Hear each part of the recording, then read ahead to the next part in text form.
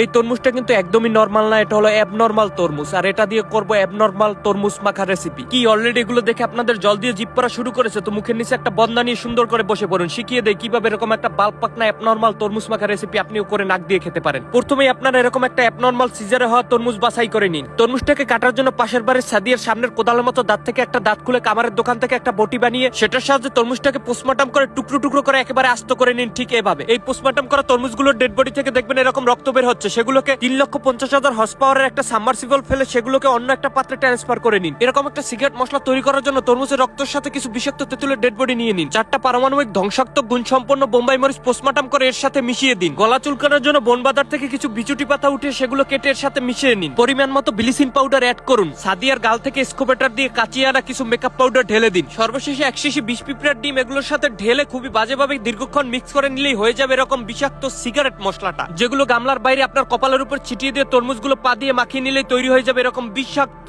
সেই অ্যাবনর্মাল তরমুজ মাখা রেসিপি। এটা আপনার মৌয়তের আগে একবার হলেও ট্রাই করা উচিত আমি মনে করি। সেই স্বাদ তরমুজ বানানি, সেই স্বাদ। অস্থির, যে রকমের কালার ওই রকমের স্বাদ। ঝাল মিডিয়া টক সুক সব এক লগে। খুব সুন্দর হয়েছে, সেই স্বাদ, এত স্বাদ কে। আর এগুলো একবার যদি আপনি ঝোলা ভরা ধরেন তাহলে কিন্তু কুলকিনিয়ারা পাবেন না, শুধু ঝোলা ভরতেই থাকবেন। বিশেষ করে এর ঝোলা তো বা হুররো এতটাই বাজে হয়েছে যে কি আর বলবো। কেউ তো সশরীরে গামলার ভিতর নেমে যাচ্ছে, কেউ আবার আমার মতো গামলা মুখের ভিতর নামিয়ে দিচ্ছে। এমনকি কচু পাতাটাকেও বাদ দেয়নি, সেটাও মুখের ভিতর নামিয়ে দিচ্ছে হুররো খাওয়ার লোভে। লবানা লবানা খাবা না?